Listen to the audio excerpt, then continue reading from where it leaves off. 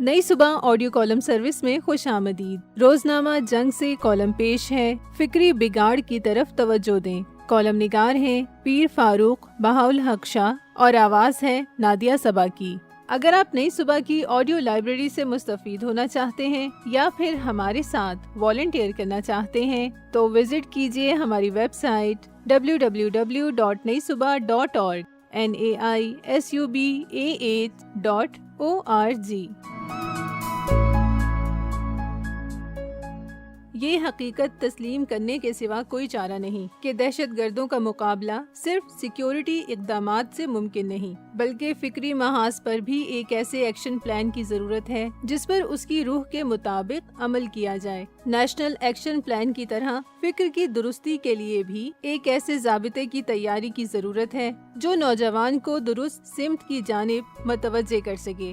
Security ادارے اپنا کام کر رہے ہیں۔ بلوچستان میں بھارت اور افغانستان کی تربیت یافتہ دہشت گردوں کا ناطقہ بند کیا جا رہا ہے، لیکن اس کے باوجود مسئلہ حل نہیں ہو رہا۔ ہمیں یہ سمجھنا ہوگا کہ اسے سیکیورٹی کے ساتھ ساتھ ایک فکری بگاڑ کا مسئلہ بھی سمجھا جائے۔ سانحہ اسلام آباد جیسے المیے اچانک آسمان سے نہیں ٹپکتے، یہ ہمارے اجتماعی فکری انتشار اور ذہنی الجھنوں کا نتیجہ ہوتے ہیں۔ جب ایک قوم سوچ کے اعتبار سے منقسم ہو جائے، سچ اور جھوٹ، دین اور شدت پسندی، اختلاف اور دشمنی میں فرق کرنا چھوڑ دے تو پھر بارود صرف بارودی جیکٹوں میں نہیں، ذہنوں میں بھی بھر دیا جاتا ہے۔ مسئلہ صرف سیکیورٹی کا نہیں، سب سے بڑا مسئلہ فکر کا بگاڑ ہے۔ آج ہمارا نوجوان ایک عجیب دوراہے پر کھڑا ہے۔ ایک طرف دین کا نام، جہاد کا نعرہ، جذباتی تقاریر اور سوشل میڈیا کے کلپس ہیں، دوسری طرف بے مقصد تفریح، مادہ پرستی اور فکری خلا ہے۔ درمیان کا راستہ جو علم، حکمت، اعتدال اور حقیقی دینی شعور سے مزین ہے، اسے کوئی دکھانے والا نہیں۔ نتیجہ یہ کہ کچھ نوجوان مذہب سے دور ہو کر الحاد کی گمراہیوں میں کھو جاتے ہیں اور کچھ مذہب کے نام پر ایسے ہاتھوں میں چلے جاتے ہیں جو انہیں انسان نہیں ایندھن سمجھتے ہیں۔ خود کچھ بمبار پیدا نہیں ہوتے، بنائے جاتے ہیں۔ پہلے ان کے ذہن سے سوال کرنے کی صلاحیت چھینی جاتی ہے، پھر انہیں غلط اور صحیح کی ایسی تقسیم سکھائی جاتی ہے جس میں پوری دنیا کافر، غدار یا واجب القتل نظر آتی ہے۔ انہیں بتایا جاتا ہے کہ جنت کا شارٹ کٹ بس ایک بٹن دبانا ہے، مگر انہیں یہ نہیں بتایا جاتا کہ اسلام میں ایک بے گناہ کا قتل پوری انسانیت کے قتل کے برابر ہے، کہ نبی کریم صلی اللہ علیہ وآلہ وسلم نے جنگ کے میدان میں بھی عورتوں، بچوں، عبادت گاہوں اور بے ضرر لوگوں کو نقصان پہنچانے سے منع فرمایا۔ ہمیں ماننا ہوگا کہ فکری محاذ پر ہم نے خلا چھوڑا، اور خلا کبھی خالی نہیں رہتا۔ اسے شدت پسند بیانیے نے بھر دیا۔ مسجد، مدرسہ، اسکول، کالج، یونیورسٹی، میڈیا، سب کو مل کر یہ طے کرنا ہوگا کہ نوجوان کے ذہن تک سب سے پہلے کون پہنچے گا، علم یا اشتعال، دلیل یا نعرہ، سیرت نبوی صلی اللہ علیہ وآلہ وسلم کا رحمت بھرا تصور یا نفرت کی من گھڑت تعبیر۔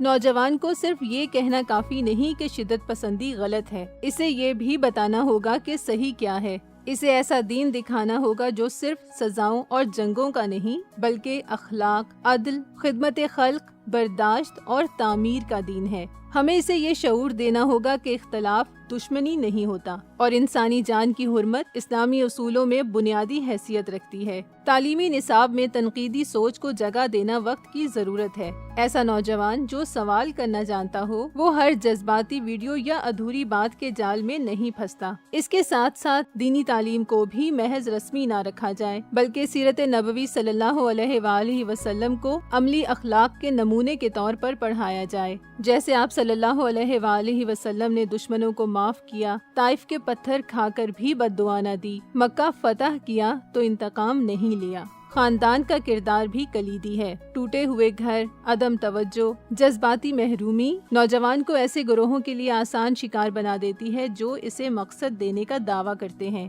والدین کو بچوں کے دوست بننا ہوگا، ان کی آن لائن سرگرمیوں، حلقہ احباب اور ذہنی کیفیت سے باخبر رہنا ہوگا۔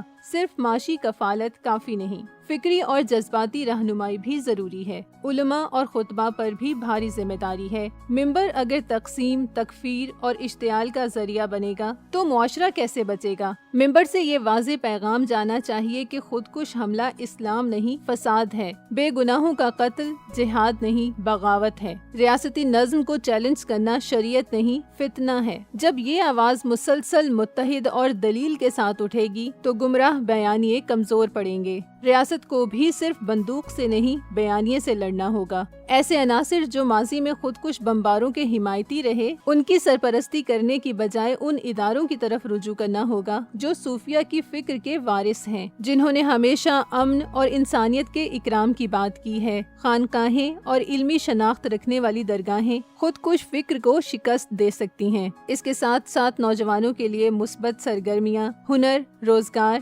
کھیل، ادبی اور فکری فورمز، یہ سب شدت پسندی کے خلاف ڈھال ہیں۔ ایک مصروف، باوقار اور بامقصد نوجوان کو بارود اٹھانے کے لیے قائل کرنا آسان نہیں ہوتا۔ اصل جنگ سرحدوں پر نہیں، ذہنوں میں ہے۔ اگر ہم نے اپنی قومی فکر کو اعتدال، علم، انسان دوستی اور اجتماعی ذمہ داری کی بنیاد پر استوار کر لیا تو خودکش حملہ آوروں کی فیکٹریاں خود بخود بند ہو جائیں گی۔ وقت آ گیا ہے کہ ہم فیصلہ کریں کہ ہم جذباتی ہجوم بننا چاہتے ہیں یا باشعور قوم۔ اگر ہم نے اپنے نوجوان کو صحیح فکری غذا دے دی، دین کا درست فہم، سوال کی آزادی، اخلاقی تربیت اور تعمیری مواقع فراہم کر دیے تو وہ زندگی بچانے والا بنے گا، چھیننے والا نہیں۔ یہی قومی بقا کا راستہ ہے اور یہی ہر سانحے کے بعد ہمارے ضمیر کی اصل پکار بھی ہے۔